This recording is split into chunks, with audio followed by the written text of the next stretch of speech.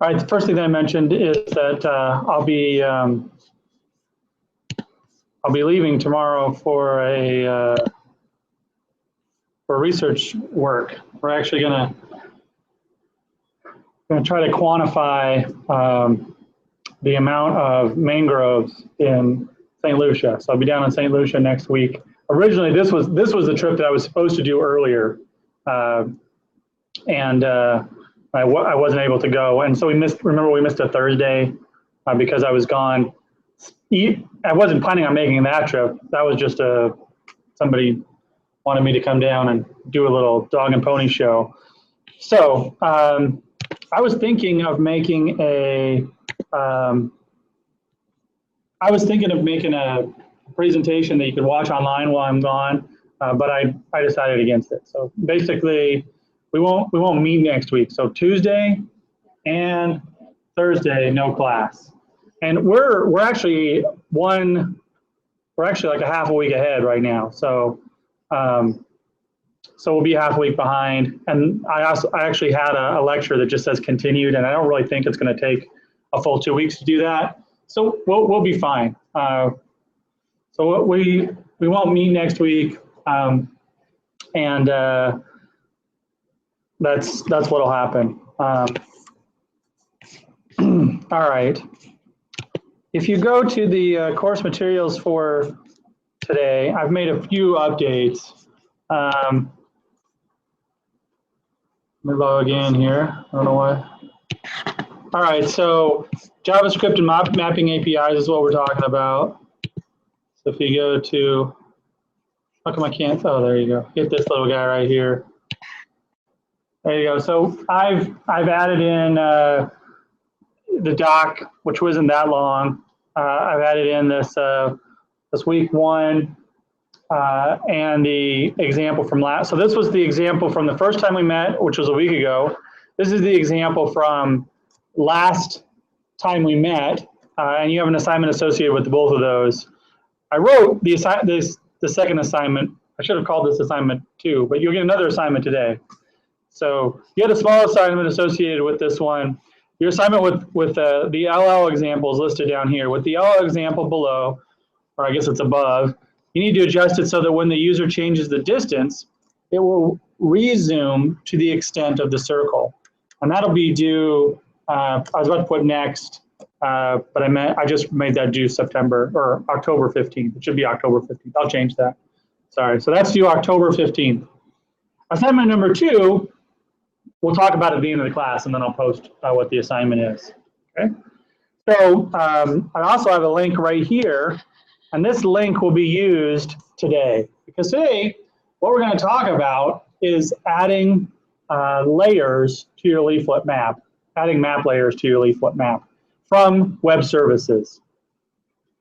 Now that I added that last part, from web services, because whether you realize it or not, you've already added layers to your map. Okay. If we look back at the code we've been working on, you can see that I created this circle and I added it to the map. Leaflet considers that a layer. It has some different properties and different methods of a web services layer, but it's still a layer. And when we get to the end and we talk about turning layers on and off, it could be turned on and off the same way. So that's a layer. Now, before I get on with today's discussion, which is adding WMS layers and ArcGIS layers onto a web map, onto a leaflet map, I wanted to show you, Lamar, after class, asked me, hey, can I use a picture as the marker instead of the marker? He wanted to know specifically, can I use an animated GIF as a marker? So, and he also wanted to know if it could be a transparent one. I said, I don't know. I can find out. So I just Googled animated GIF, and for some reason, this was one of the first ones that came up, and I noticed that it did have some transparency. So we've got a dancing banana instead. So this is the exact same code that I already showed you, except for, you know, the marker symbol that gets created, I used my own image, my own dancing banana image. Well, it wasn't my dancing banana image, but I used a dancing banana image that I found as the symbol. So really quickly, let's look and see how that worked. So basically, I'll show you the documentation that goes with it too. So this is the documentation for an icon. Go back one. Okay, so this is the documentation for a marker. Okay, and you see that the default is kind of what we did, where we say l.marker, we gave it a location to put the marker, and we added it to the map. That's what we did to begin with. Okay, but if you look here, under the creation, so this is the full documentation of this line of code.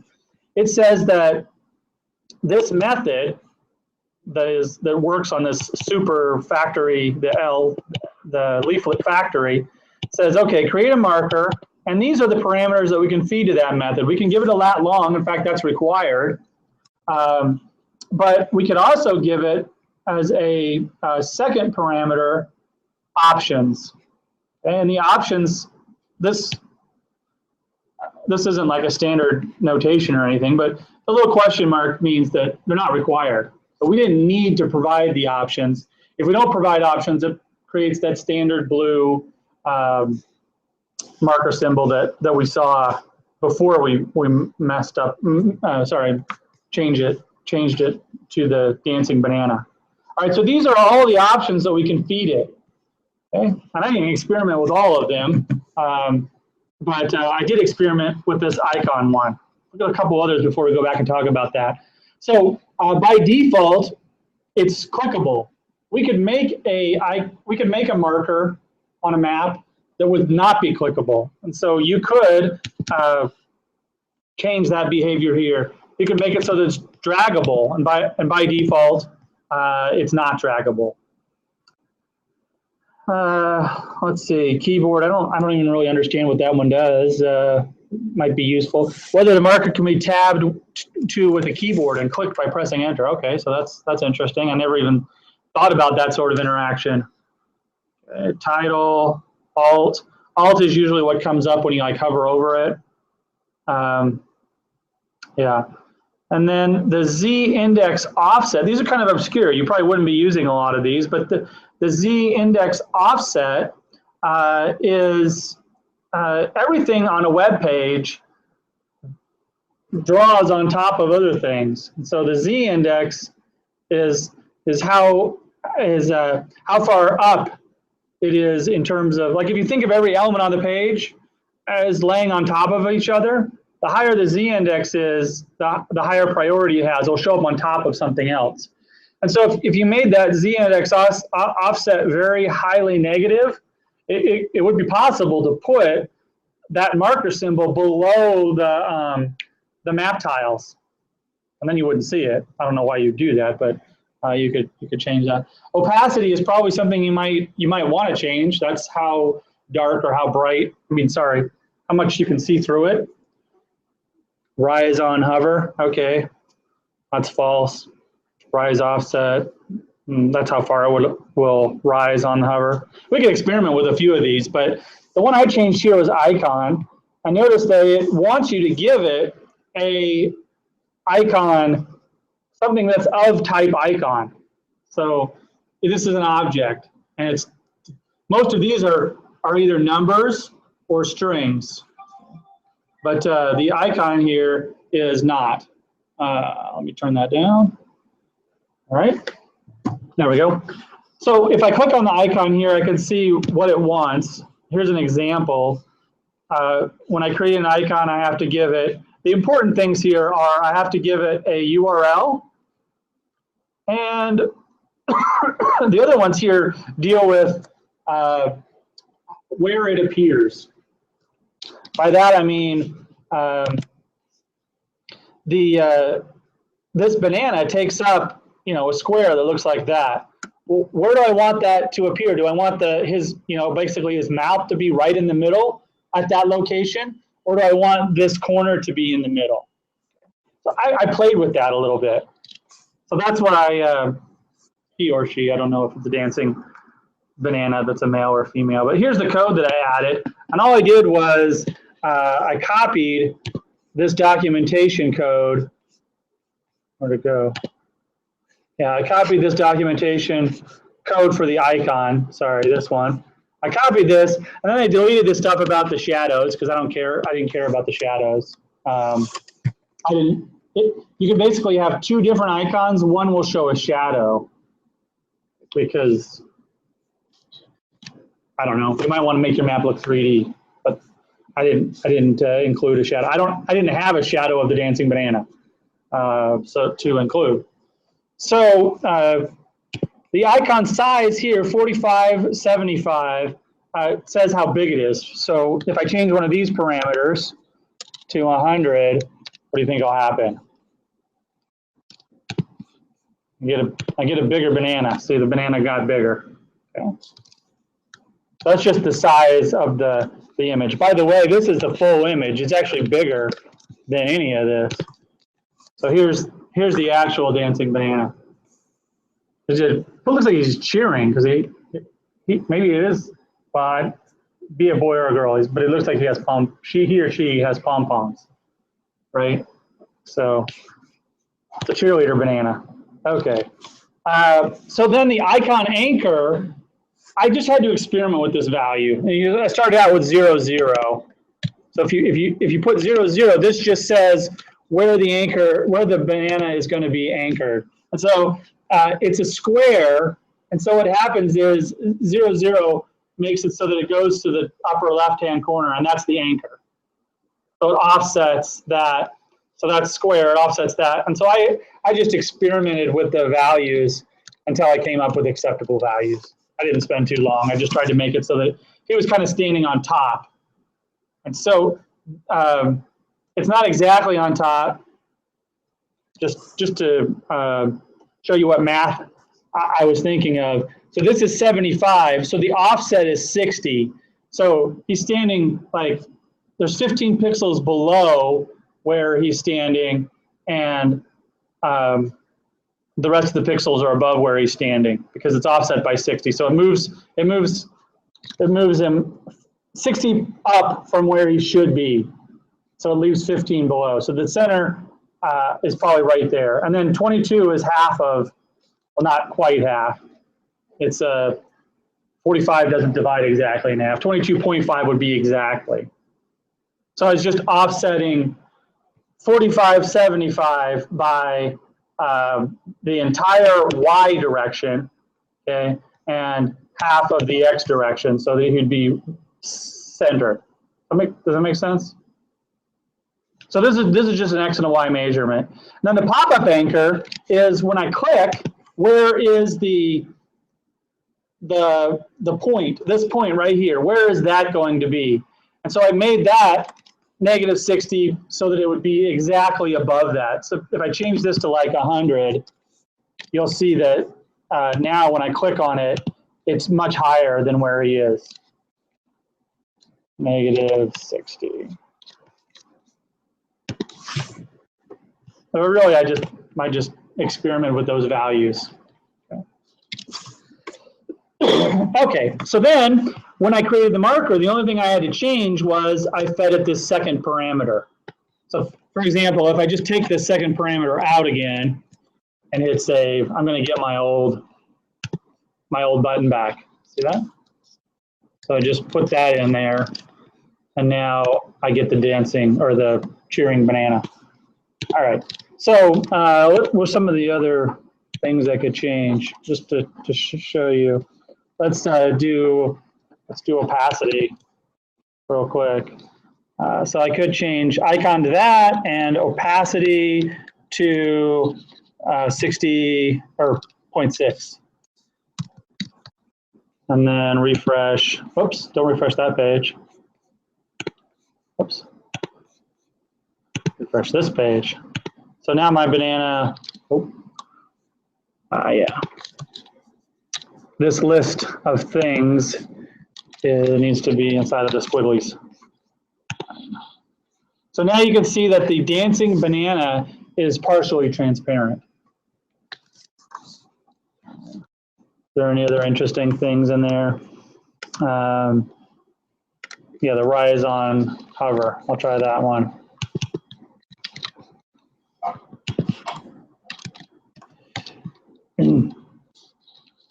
True.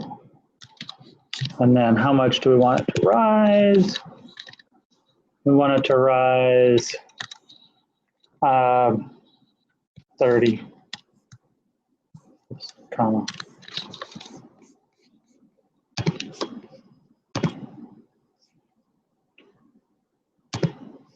Huh, you save it?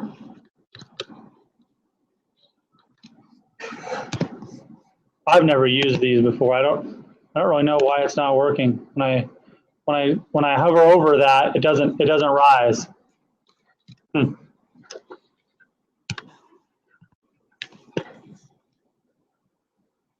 Anyway, but the opacity works. Not exactly sure why the rise on hover doesn't work.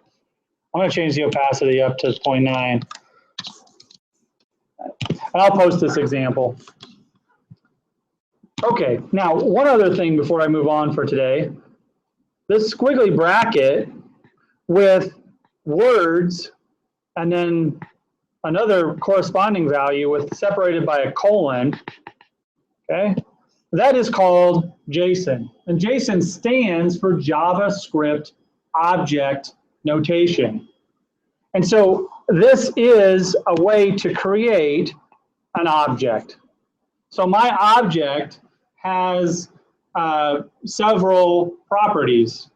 It has a one property called icon. An icon itself has been assigned a value of my icon, which is itself a object. And then opacity is another variable, which has been assigned a value of 0.9. So it's just a plain old number. So, and then this is some more JSON right here. So squiggly brackets with what they call key value pairs are what creates objects, are used to create objects, JavaScript objects. That's why it's called JSON, JavaScript Object Notation. Okay. So this small piece of JSON, if I take that out, is what created or made the banana dance. And when Lamar asked me the question, I already knew that it could do pictures, but I didn't know that it would support GIFs, animated GIFs or GIFs. I guess technically the people that made GIFs, it's GIF. Want to pronounce GIF, but I always say GIF, and so do a lot of other people. So GIF is peanut butter, in my opinion. But I already knew that, but I didn't know we could make it animated, and I didn't know that we could that it could be there would support transparency. But like you could put a different animated GIF there if you wanted to. And here I've got a URL. I gave it a URL. I could make that a relative URL. Like if I just typed in dancingbanana.gif, if I copied dancing banana into that same directory where my HTML page was, then it would also work. And what are some reasons why I might want to do that? Well, one might be, under this scenario, I'm depending on this URL, i.stack.imgur.com. I'm depending on that that URL to be there. If it's not there, in other words, like let's say they moved that, or they changed it to a, oops, Control S, I would get something like this.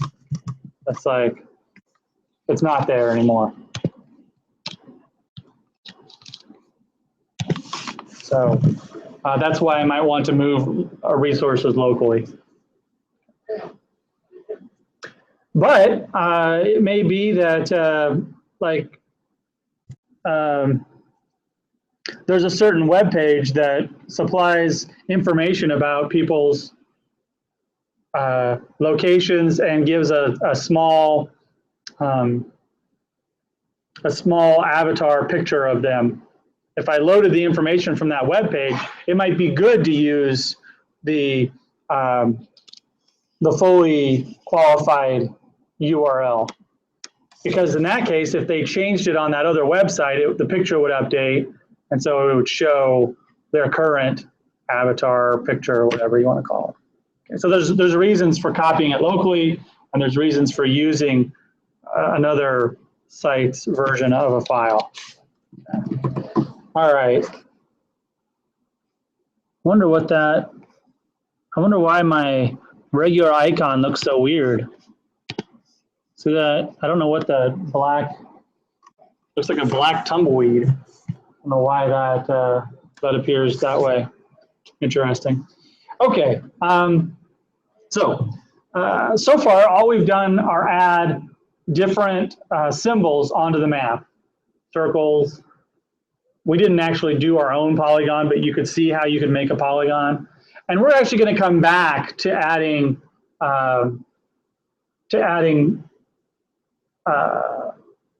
these are vector line work onto maps.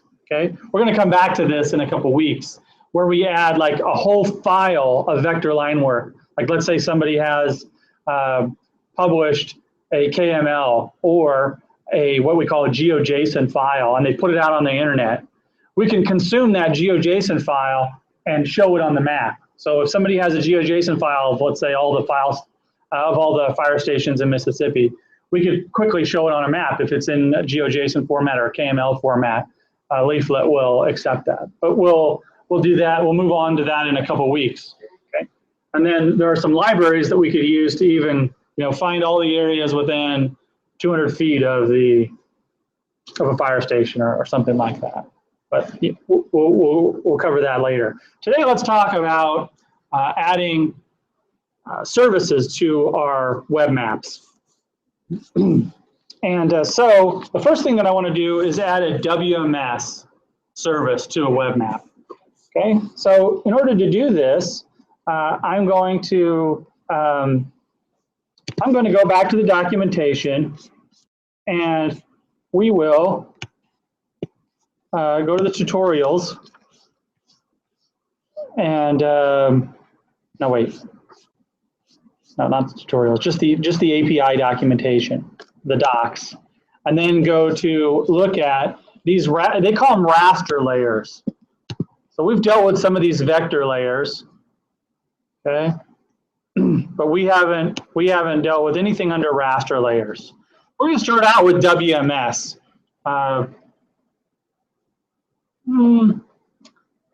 Well, we might as well go down. We're only going to talk about tile layers and tile layer WMS. Those are the only two we're going to talk about. It doesn't really matter what order we talk about. Let's talk about tile layers first. Okay. So a tile layer is a layer. We all know what a tile layer is now that we've taken the first part of this course. It's basically a data that's been stored on disk and it's been tiled out. Leaflet really only accepts the standard WGS84 Web Mercator tiling scheme. So if you have data in that tiling scheme, then you can make a tile layer for that data on Leaflet. Okay? And this is how it's done. Okay? This is the general form. So let's add a tile layer to our map. In fact, we actually already have made a tile layer, but we're going to add our own. We're going to add another one just to kind of homebrew it. And in fact, maybe what I'll do is copy. Sorry. Oh, first thing I'm going to do is say File, Save As, and I'm going to call this add. So I'll call this web map services.html. That's what I'll call it. So when you see it uploaded, you'll know what it was from. Okay. So we're going to change some of the content because I'm going to zoom out now instead of being way zoomed in. So what I'm going to do is copy this little bit of code in, and I'm going to delete this other code. And that other code works great, but we're going to build our own. So I'll say l.tilelayer, and then here is the URL to some tile layer. I don't know if this might just work out of the box because it's the OpenStreetMap data. So let's add this to the map. And I'm going to actually call this the same thing, base map. Map equals, and we'll see if this just works.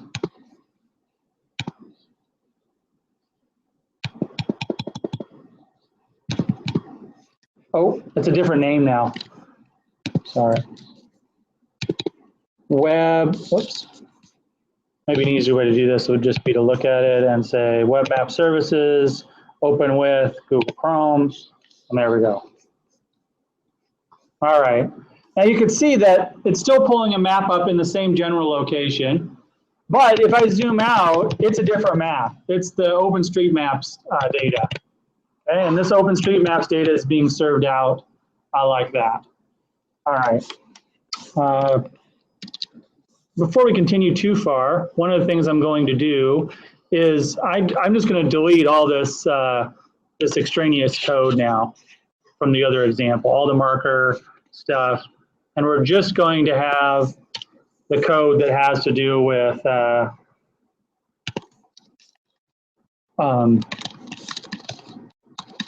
we're just going to have the code that has to do with what we're talking about today, adding layers. We're going to add tile layers, then we're going to add WMS layers, and finally we're going to add our GIS layers. That's where we're going. Okay. Another thing I'm going to do is change the initial view to be, oh, I'm also going to take away the update distance stuff. And I'm going to change the initial view. Anybody know how to get to the middle of the country? Maybe we don't have too much further to go this way, maybe a little bit. I'll just go negative 90 and maybe 40. Let's see if that works. Oh. Zoom out just a little bit more. 4, and we'll go over just a little bit more. Negative 100. That's not bad. I think I've framed most of the United States. Maybe go slightly north. 42. I'm sorry, I'm leaving out Alaska. Oh, I went up. Sorry, 38. There we go. Most of the United States is framed there. There we go. Those looks like some good numbers. So we got the United States of America. And zoom in, and it's that OpenStreetMap data. All right. So I've added my tile layer. Now, we're probably wondering what these things do. Okay? So we've got 3 parameters here, Z, X, and Y. So the reason that they're in squiggles are that Leaflet is expecting that different tile providers will organize their tiles in different folders, and so they're ready for that. And so the Z is the zoom level, and the X and the Y is the row and the column of the tile that it needs, okay? And so no matter which tiling scheme a particular tile provider has provided, it can adopt. It can adopt to those. The standard way most tile providers are going to do Z, X, and Y, but not every single one works in that same manner. Okay, so let's say I wanted to add a different tile. I've got some examples of that. So here's another tile provider. This guy Stamen has created a bunch of kind of cool, sometimes cool maps I think we already discussed the watercolor one. He's got a few different ones. The one that I kind of like these two. Toner is very plain, and Terrain is a free version of ArcGIS has a similar one. Right, so if I hit on Terrain, it shows me this terrain map. I want to put this terrain map on my page.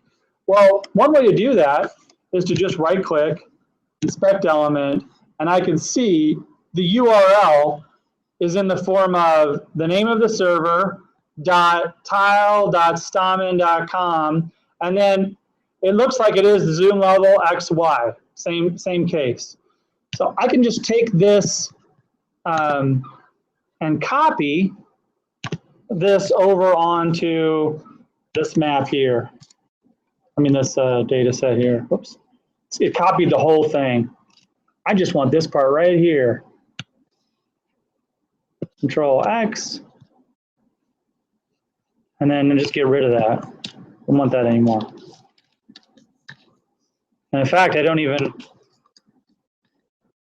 want I don't even need this information because I need the general form of that. So I just copy just this part. Control C and copy that right over to there. Oops. Yeah, that's right. That should work. Oh, it won't work because this is serving up JPEGs and this is serving up portable network graphics. So I just need to change that. Now, if I go back to my page, where did I put my page? There it is. And I refresh. Now I get Stamen's Designs page instead of the OpenStreetMap. Stamen's Terrain instead of OpenStreetMap. So I've added another layer. Zoom into my, I don't know, close to my hometown. I lived there till I was 12.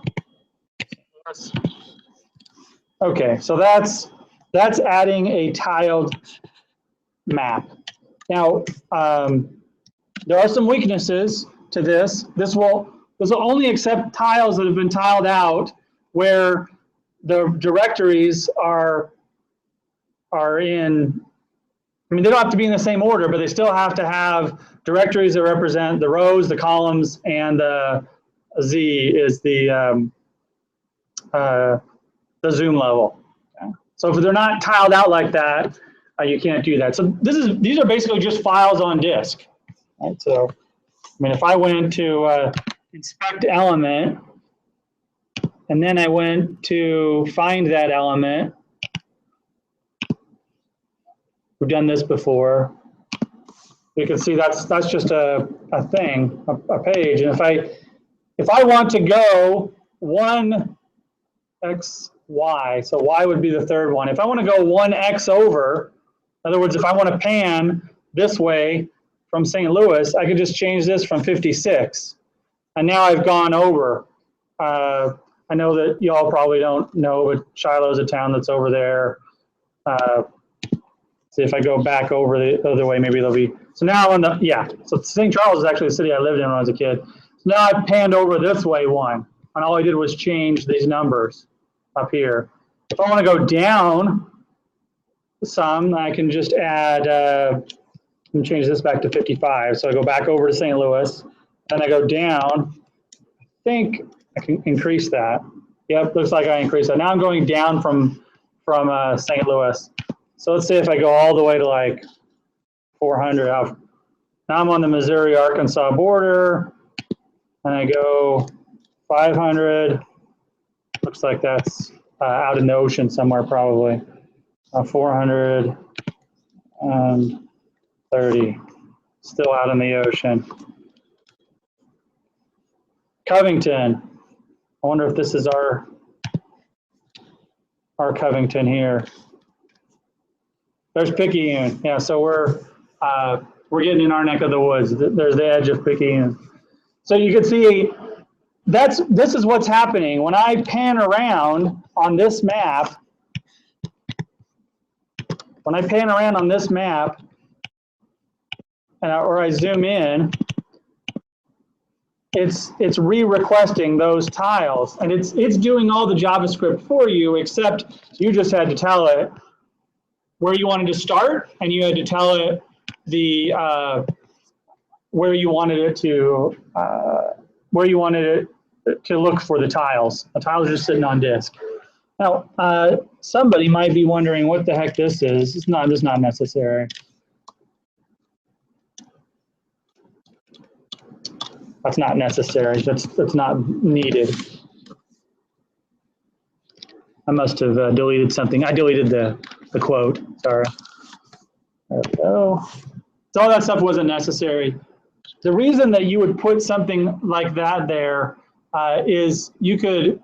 And this is an advanced topic. We wouldn't be covering this in this course, but you could append something onto the URL that was constantly changing, and that would force the web app to constantly retrieve that that tile from the server every time you pan and zoom. And there might be a reason for that, but typically you don't want that to happen. So you actually want to delete it like I just did. So now it won't go back to the server and get that tile once it's been gotten.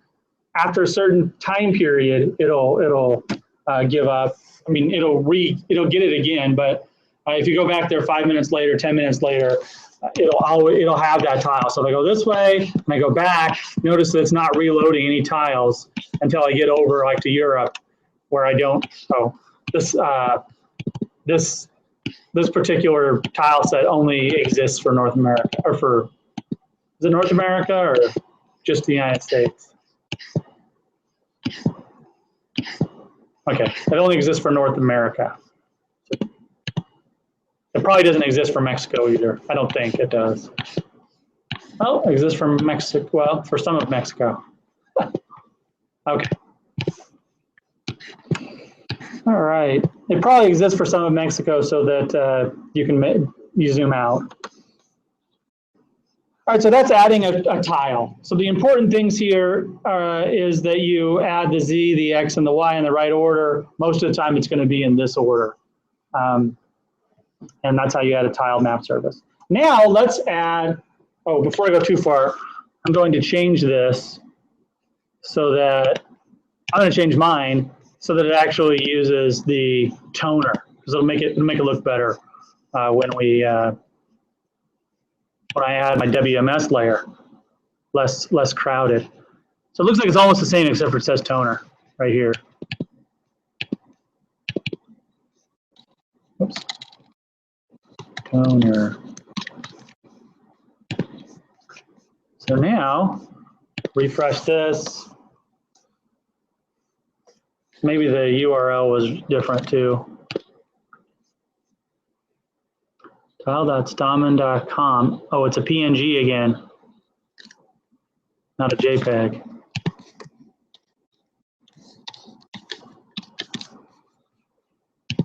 So we're there we go. So now I have a more black and white map. So this will be better to put layers on top of.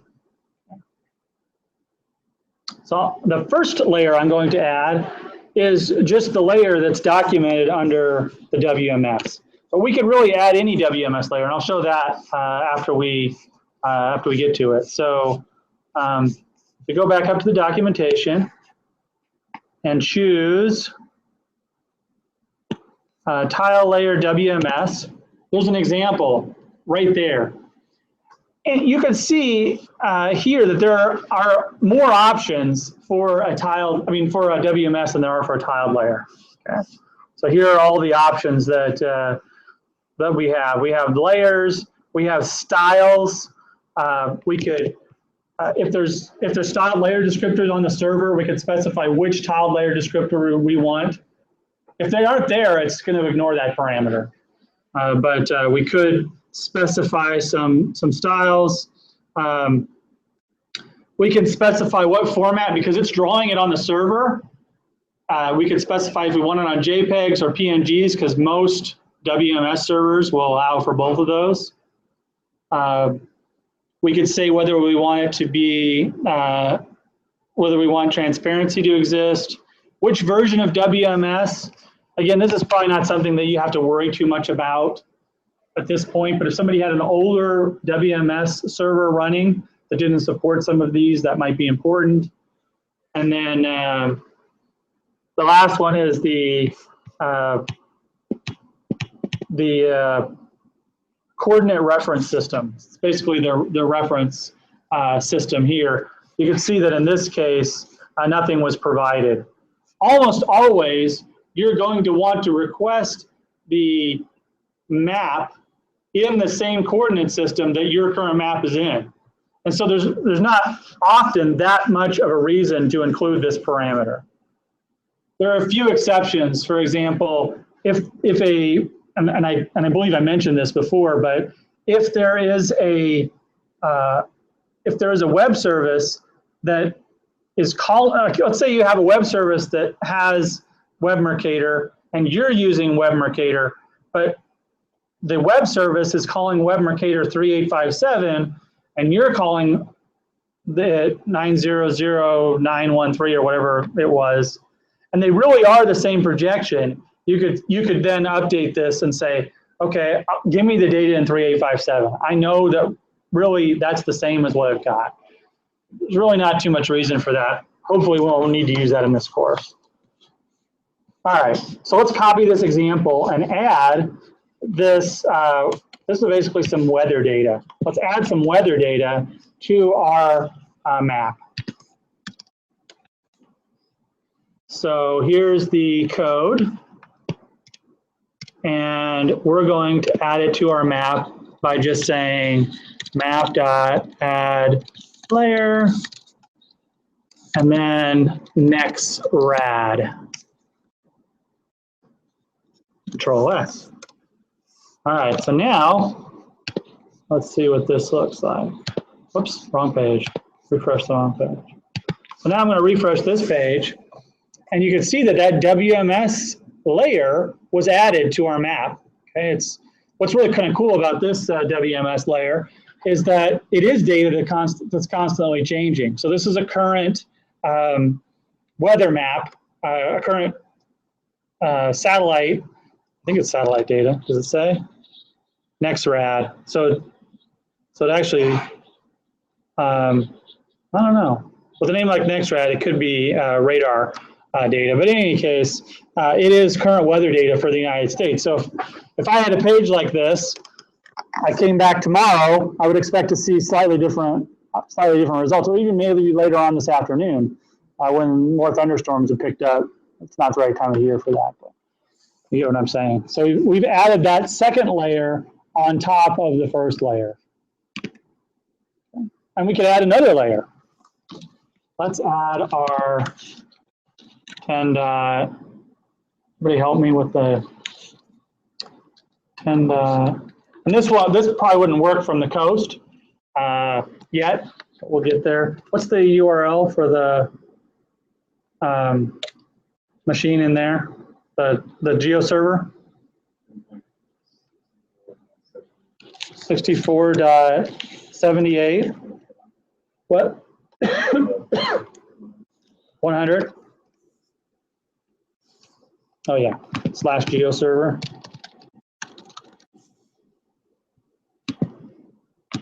Is that it, /geo server?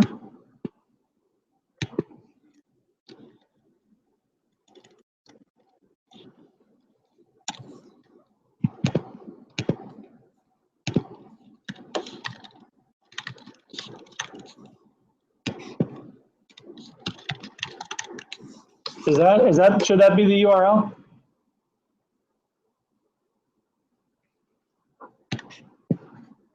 Anybody remember from the earlier part of the course? Google Chrome should add it.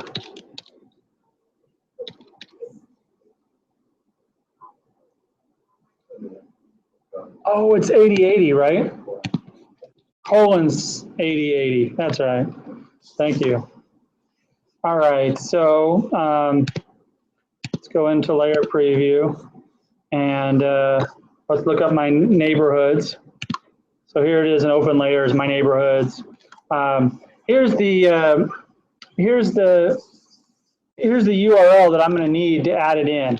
So I've got my NextRad data, and I'm also going to just copy and paste this data in there. Okay. I'm going to copy and paste my thing, and I need everything before the first and. So all this, everything before the first and sign. Sorry, somebody have a question? All right. So I need everything before the first and sign. I'm going to call this GPH for George Philadelphia. Okay. Now I need to feed it certain things that I want. What layers do I want? Well, there's only one layer. It's called George Neighborhoods, but I want that one layer. Okay. And then I want it in a PNG. I think mine will produce PNGs. And then for attribution, I could write, you know, George made this. That'll just show up. Oh, that's fine. I'm mixing up. Let me change this. Mixing up the two here. So GPH, and this should say GPH.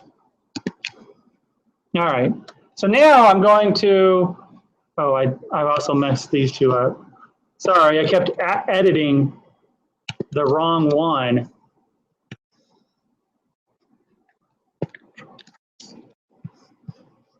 All right.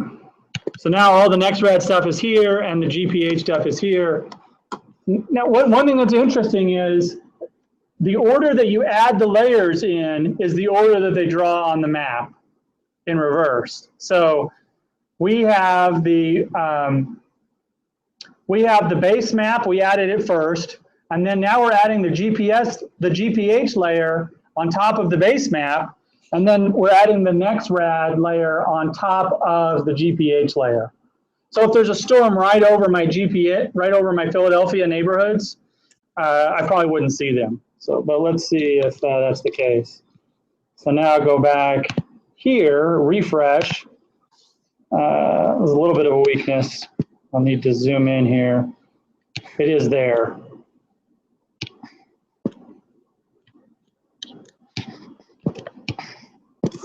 So there's my Philadelphia. I might want to change my, I've just added two different layers that I may or may not should have been included together, but I've added both of those there. So that's the Philadelphia map, and I've got the, what do you call it? This map, the weather map. One thing I think I'm going to do here, we did create another layered set, right? We have, yeah, we have this one. No, not that one. That one's just the layers. Where's my neighbor, my groups? Is it? Yeah, that's it. Oh, but that's just a group. That's just a single group layer.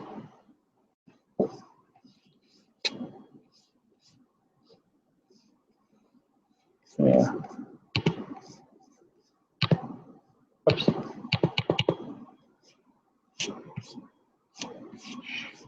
Here's my neighborhood labels. Yeah, so I could add my neighborhood labels as another layer. So watch this. So here I've got this guy open, and I can put a comma in between, and I'll be able to add both of those.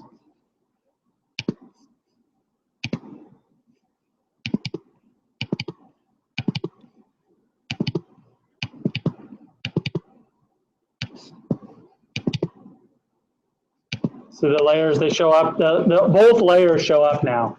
So if I've got a WMS service that has multiple layers in it, and all these are really in the same WMS service, all the ones that we published are there in the same service. So I've got multiple layers there. I could add any of the layers in.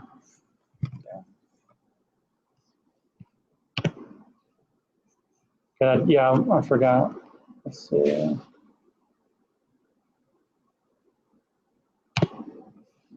I could add those layers in just by specifying them here and putting a comma in between. So this is the name of one layer. This is the name of another layer. It's 2 layers within that single layer. Don't get confused by this terminology here. Leaflet is calling everything that's a raster layer, it's calling it a tile layer. It's probably not what Leaflet should have done. But so leaflet.tile layer is a real tile layer. Leaflet.tilelayer.wms is a web map service that draws its data dynamically. So there's a little bit of an issue there, but it's still, this is a WMS service. Okay, so we've added a tile layer, and we've added 2 WMS layers to our map. Did everybody understand what I was saying about the order that you add them in? If you add, for example, if I took this, Control X, and put this up here, I'm going to add it first. And when I refresh the page, I no longer see it. Okay? So I'll take that back out. And now I refresh and I see it again. The reason why is because the tiles are wall-to-wall coverages. There's no place where the tile doesn't exist. Even though it shows up as white, it's still drawing white. And so those tiles were on top of the WMS layer if they were put down first. So it's from the top of the code to the bottom, when you say, okay, add this layer to the map. Then when you say add this layer to the map, it's kind of like if I said, okay, add this book to that stack, and you put it in that stack, and then said, okay, add this book to that stack.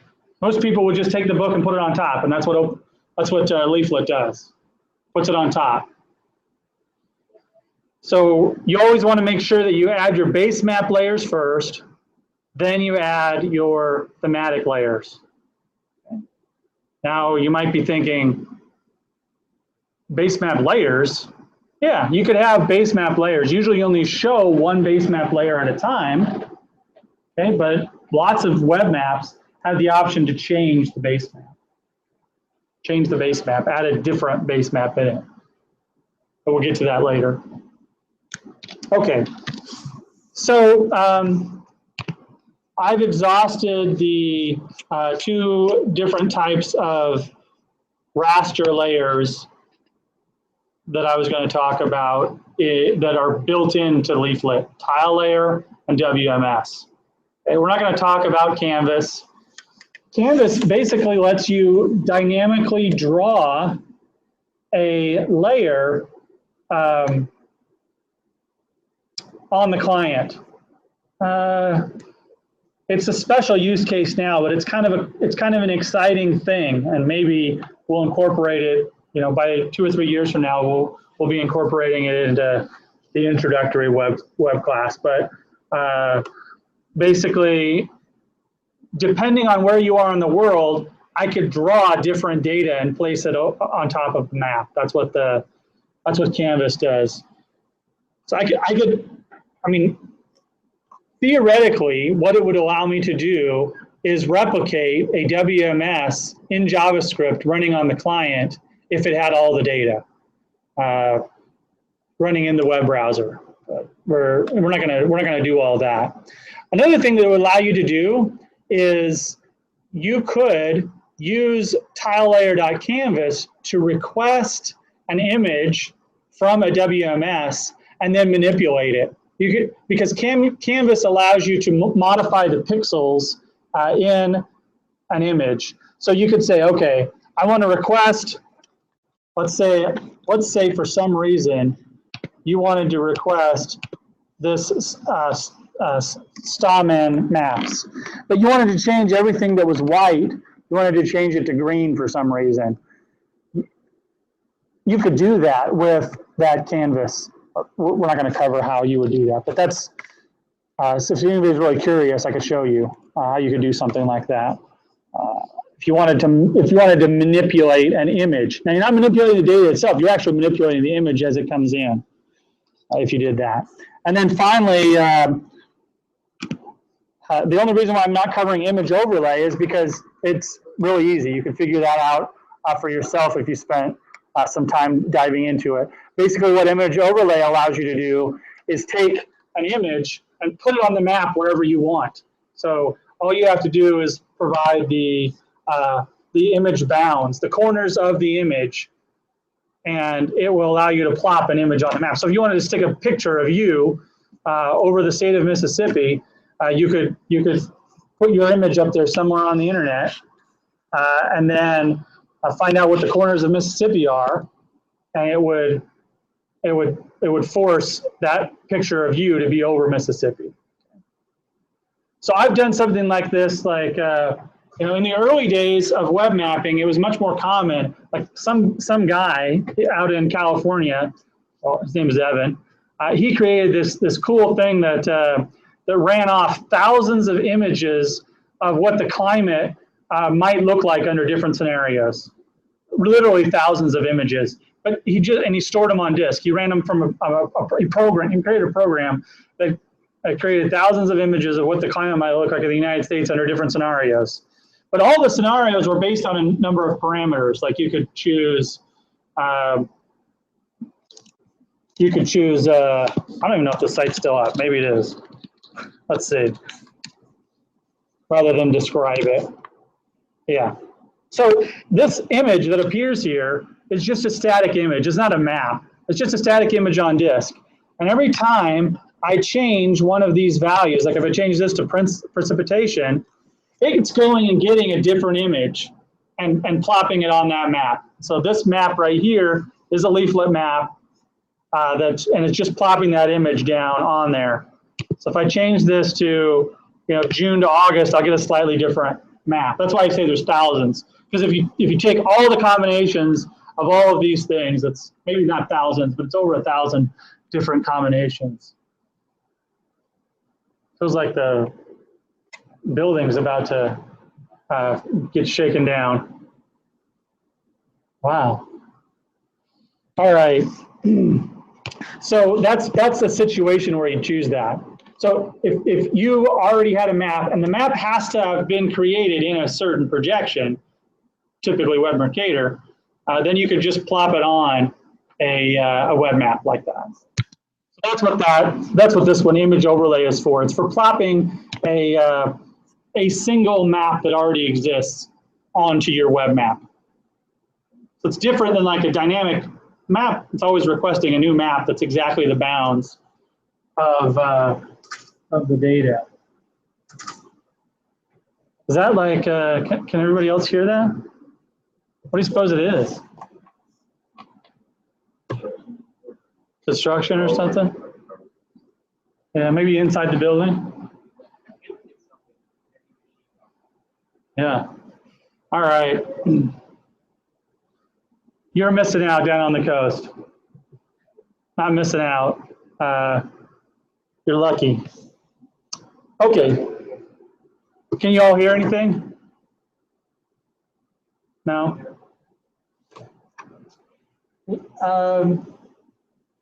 I need to zoom in a little bit here. Sorry about that. Zoom in. There we go.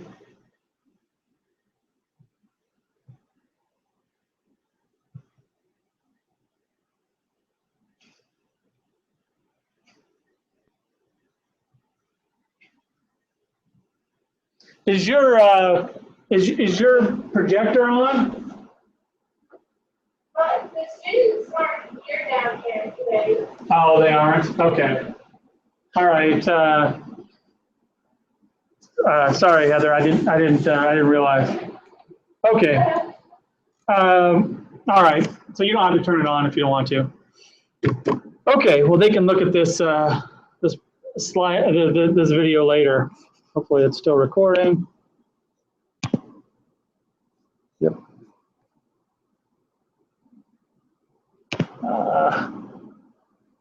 Hopefully that.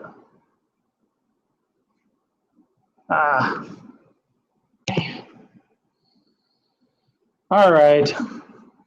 I don't know whether that means it was just showing me or what it was recording. I'll find out later. But that's the code, and the code will be uploaded. So all we've done so far is added a tile layer, add that to the map, and 2 WMS layers. And I'll also add the dancing banana code in case it's helpful. All right, so switching gears here, we've added those 2 types of maps, and now we're going to add ArcGIS maps.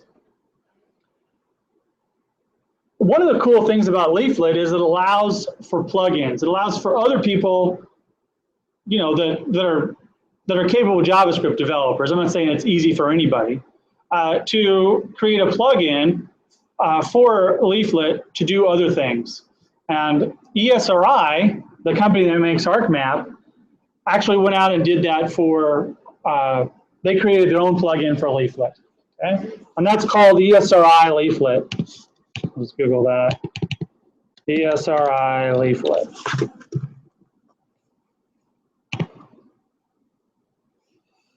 All right, so if you go to ESRI Leaflet, this is the page that you need to get to. This is a, like it says, it's a lightweight set of tools for using ArcGIS services with Leaflet. Without this, it would be difficult, to be honest with you. It'd be difficult to include ArcGIS map services into Leaflet, and it would be better to use ArcGIS JavaScript API. However, even if ESRI didn't develop this, my guess is that somebody in the open source community would have taken the initiative to develop this product, because it's not extremely complicated. It's all it's doing is writing some code that kind of tells Leaflet how to deal with ArcGIS services, because it's different than dealing with a WMS service. Because a WMS service has a specific spec, but an ArcGIS service also has a specific public specification, even though it's a commercial proprietary product. All right, so if you just look at the examples here, here's the quick start guide. And I'm going to talk about some of the elements here. The first element here is that Leaflet needs to be loaded in order to use this Leaflet plugin. So here's the code that's equivalent to so this code right here, that's the same as our code up here that adds the JavaScript and the CSS. It's the same code. I'm going to do one more thing here. I'm going to file, save this as, and I'm going to call this one ArcGIS. I'll call this ArcGIS Leaflet, just so that there's a separate file for this to be built on top of. All right. So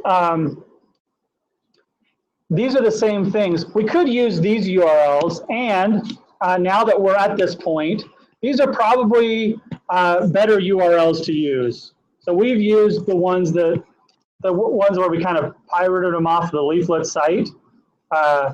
These are in what they call a repository. Okay, these exist in a repository that's kind of designed for you to utilize it. We're not going to change it for now, but we could change that. Here is what we're going to do. We're going to take this line, which is going to utilize ESRI Leaflet, and it's going to take it from this this repository. Sometimes they're just called CDNs. So I'm going to copy this line. I'm going to paste that into our code. Okay, right under the other script tag. You do have to load Leaflet before you load ESRI Leaflet. So make sure it's below that one. All right, now I'm going to open this page. I called it ArcGIS Leaflet. I'm going to open that with Google Chrome, and immediately nothing will change. It'll be the same. Let's make sure that it's.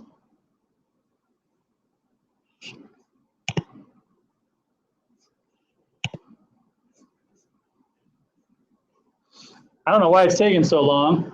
Hopefully the internet didn't have a hiccup. Okay, it didn't find that leaflet file. Oh, okay. Not a big problem. Because it says // it's expecting it to be in the same location as the file. I can change this to http:// and it should work. Yep, that worked. Okay. It just wanted that to say HTTP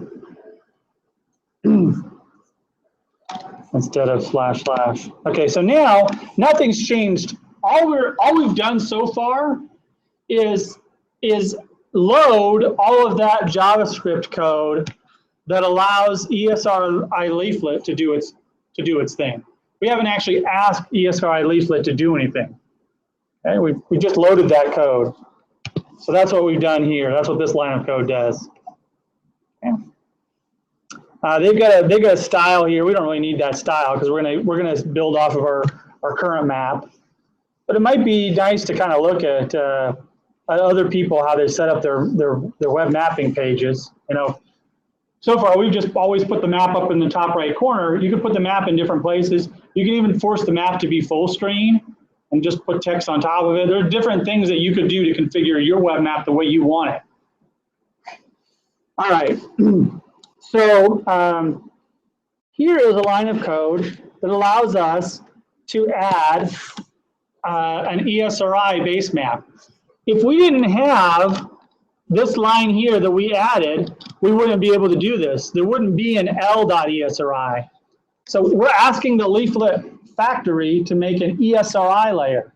Well, if we hadn't have loaded this data set, there wouldn't be any ESRI factory in the big Leaflet factory. Okay. But now there is. So we can add this line, and let's actually make this line separate from. We'll add this base map in instead of our current base map. So we'll just say var base map equals, and now we've got our topographic base map. So we can add this in, and now we'll get our ESRI base map. And you can see that's actually the same base map that we used on Climate Wizard, the site I just showed you. Look back, maybe I closed it already, but that's the same base map. So that's the ESRI.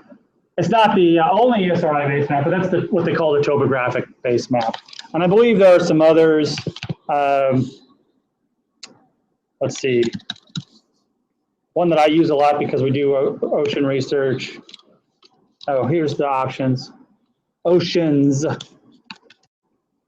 So there's the oceans one. Might not be as appropriate for a land-based map project. You can see that Philadelphia's neighborhoods are still on the map, but there's a number of them. I could add both. Base map 2.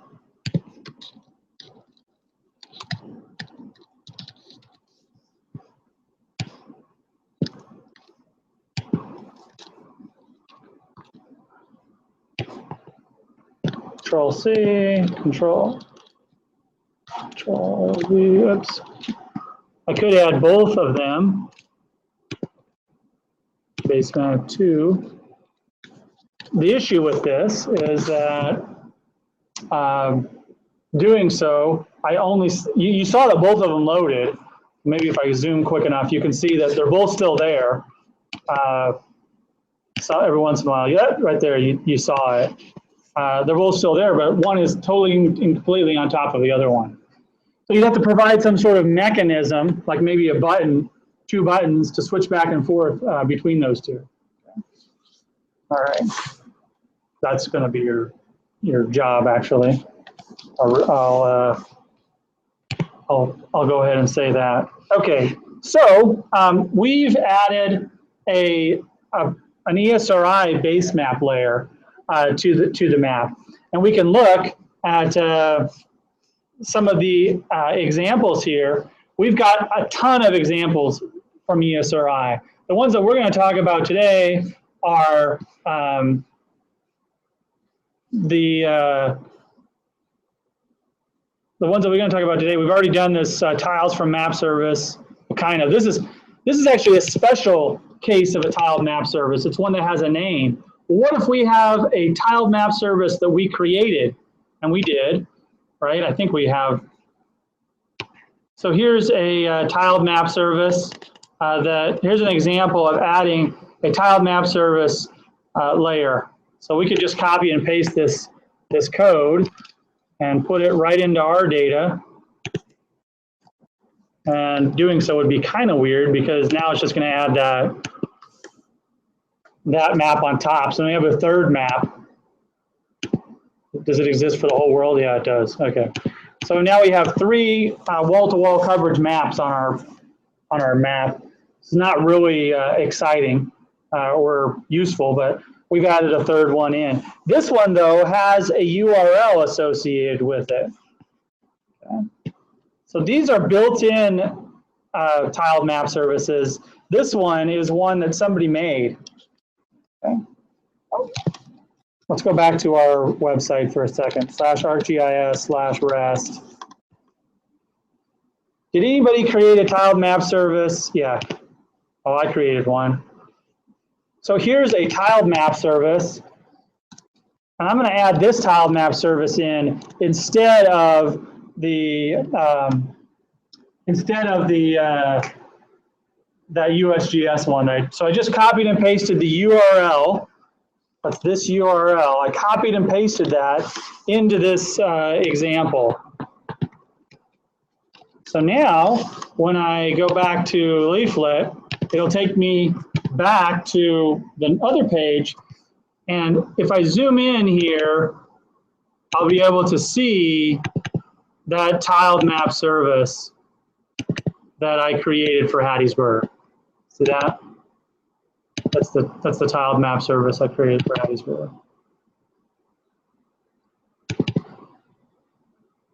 For some reason, I'm getting some, oh, I know what those are. So because I told the tiled service that it only existed for this location. So there are tiles that are way out here. See how when I zoom out here, you see how I get more and more of those errors? Okay. Now, and this is a case where an error isn't necessarily a bad thing. The user wouldn't see that message unless they had that up. So I zoom back over here, and I'm getting an error because there are no tiles over there, and that's what that's reporting. Developer tools. Okay.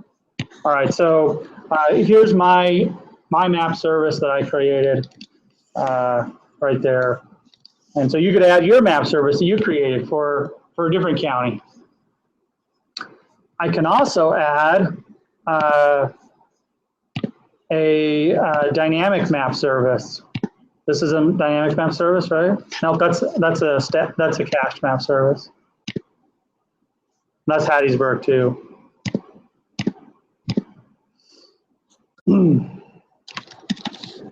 I'm going to find another dynamic map service for ArcGIS services. If you go to ArcGIS Online, which we already showed, you sign in. We gave you a sign in already.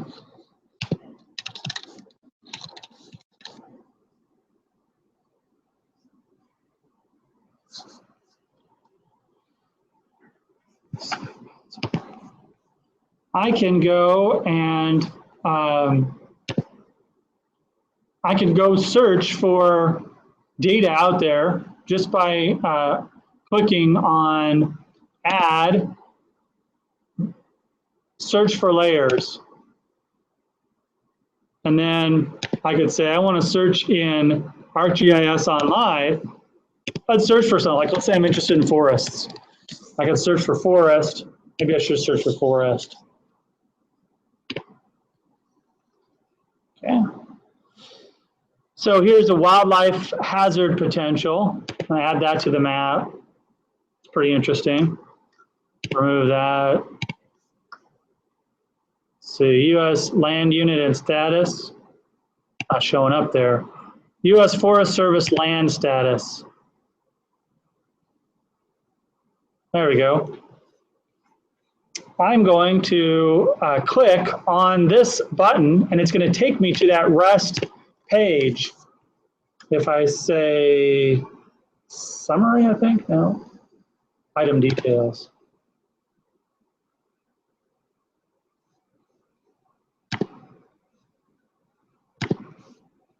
There we go. So here's the REST page for this map service. So the point I'm trying to make is there's a lot of WMS services. There are also a lot of ArcGIS services that are out there, and you could add those to your map that you create for this this one. I know the people on the coast aren't here, but even if, oops, okay, this is tiled. Even if the WMS isn't working for you here, you could add them. Okay. So X this out. I'm going to go back here. This is a tiled map. If I want to say a dynamic map, I can do that here by cutting and pasting this example. And it's a really simple example here. This is the dynamic map layer. I cut and paste this example, Control C, into my code. And I replace the URL with this is the Forest Service land URL. Paste that in there. I don't want my opacity, well, maybe I do want the opacity to be 0.05. Oops. I save it, and I run this, and now I have all of those layers on my map. I don't know why that's not, there it goes. So it's a dynamic map service, and it's a very complicated map service, so it takes a few seconds to draw. See how it took? This is probably a great candidate for a tiled map service, but whoever published it made it a dynamic map service. I'm talking about this layer that has all the forests. So now if I zoom in here, you can see I've added all these different layers. I've added the Forest Service lands. So this is DeSoto National Forest. I've added my Hattiesburg layer. I've added the WMS layer that represents the weather. I also added that Philadelphia WMS layer. So if you include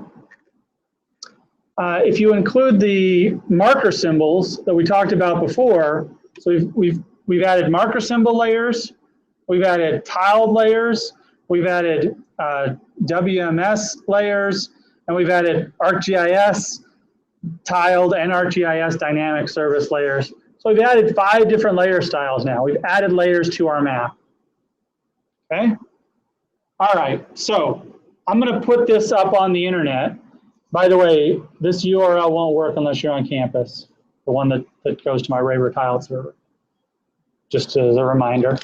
So I'm going to put this up there, and your task is to customize it with some of your own data. It might be the data that you published for this course, or it might be you go into ArcGIS online and you find other data that you're interested in seeing.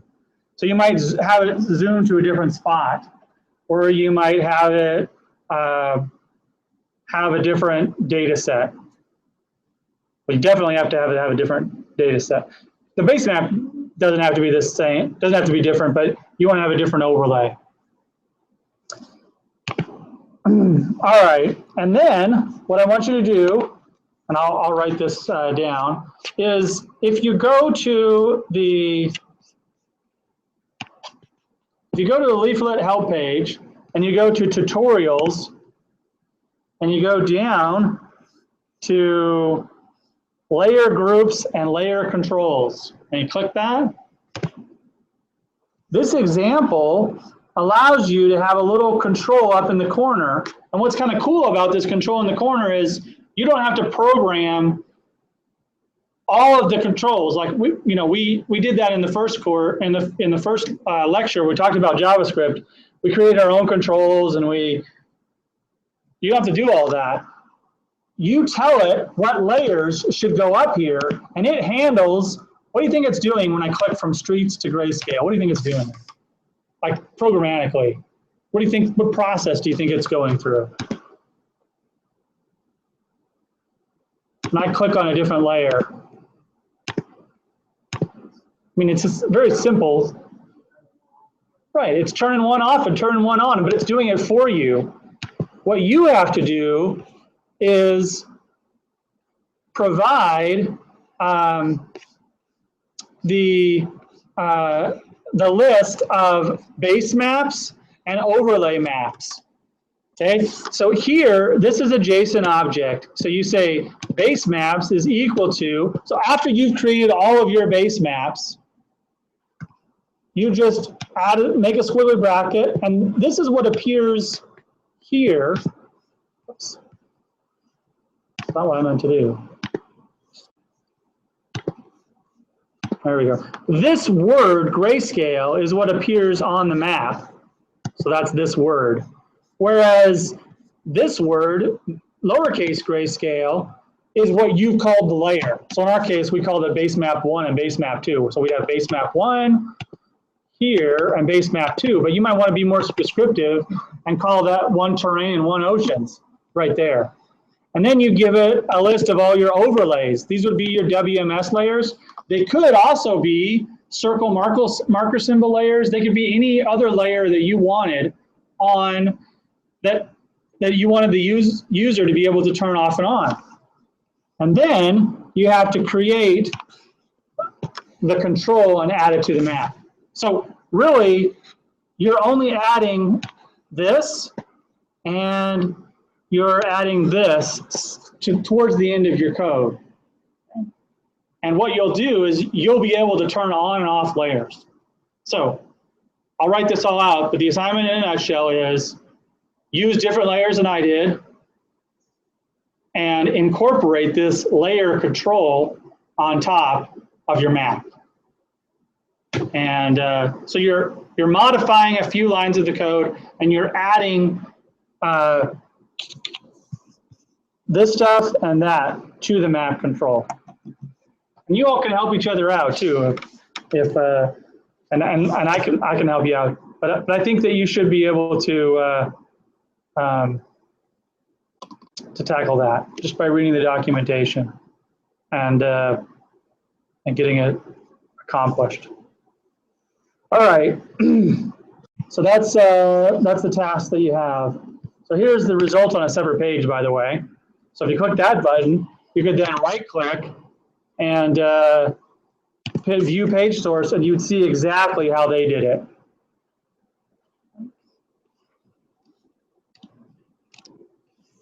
Okay, a lot of this stuff, they're taking these 1, 2, 3, 4 markers, and they're adding it to a layer group so that it can be treated as a single one.